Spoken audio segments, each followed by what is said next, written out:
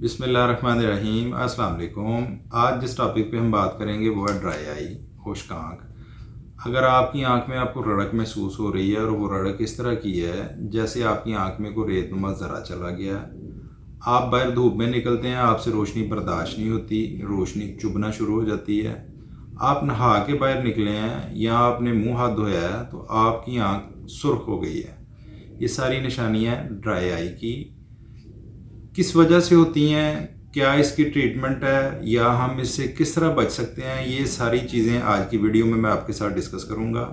अगर आप ज़्यादा फ़ोन यूज़र हैं, स्क्रीन यूज़र हैं, आप लैपटॉप या सिस्टम पे ज़्यादा काम करते हैं, तो इस कंडीशन में क्या होता है कि जब हम फोकस से किसी चीज़ की तरफ देखते हैं तो हमारा जो ब्लिंक रेट है, जो आँख झपकने का जो टाइम है वो कम हो जाता है। आम रूटीन में जब हम 1 मिनट में 15 से 20 दफ़ा अपनी आँख को झपकते हैं, इसी तरह जब हम किसी चीज़ को फोकस से देखेंगे, ख़ास तौर पे कंप्यूटर या लैपटॉप को फोकस से देखते रहेंगे, तो ये ब्लिंक रेट कम हो के 4 से 5 दफ़ा पे आ जाता है। हमारी पलकों के अंदर एक मेबोनियम ग्लैंड होता है जो आंसुओं वाली लेयर के ऊपर एक ऐसी परत बना देता है जिसको जो आँख को आईली रखता है। तो जब ये पलक हम कम झपकते हैं तो वो क्या होता है, उससे ग्लैंड की मिकदार कम हो जाएगी, हमारी आंख लुब्रिकेंट नहीं होंगी, ऑयली नहीं रहेंगी, जिसकी वजह से आंख खुश्क होना शुरू हो जाती है और आपको ड्राइनेस का शिकार कर देती है। आप हमेशा इससे बचने के लिए अपनी स्क्रीन या कंप्यूटर को अपने अपर आईलिड यानी कि आंख की ऊपर वाली जो पलक है उससे बिल्कुल थोड़ा सा नीचे रखा करें ताकि आपकी आंख आधी बंद रहे। अगर आपकी आंख आधी बंद रहेगी तो कम से कम वो कम खुश्की का शिकार होगी।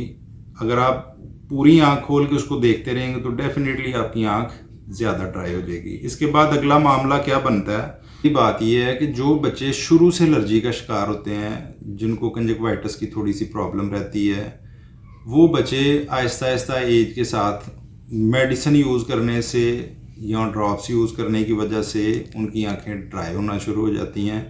उन बच्चों में भी इस तरह का काफ़ी इशू आ जाता है। या हमारे वो पेशेंट जो डायबिटिक हैं, जो हाइपरटेंसिव हैं, कई ऐसी अद्वियात हैं जिनका रेगुलर इस्तेमाल हमें खुश्क आँख की तरफ ले जाता है। इसके बाद जो हमारी लेडीज़ हैं जो 40 से ऊपर जाती हैं, उनकी एज 40 से ऊपर जाती है, तो उनमें थोड़े से हार्मोनल चेंजेस स्टार्ट हो जाते हैं। उन चेंजेस की वजह से भी वो ख़वातीन ड्राई आई का शिकार हो जाती हैं।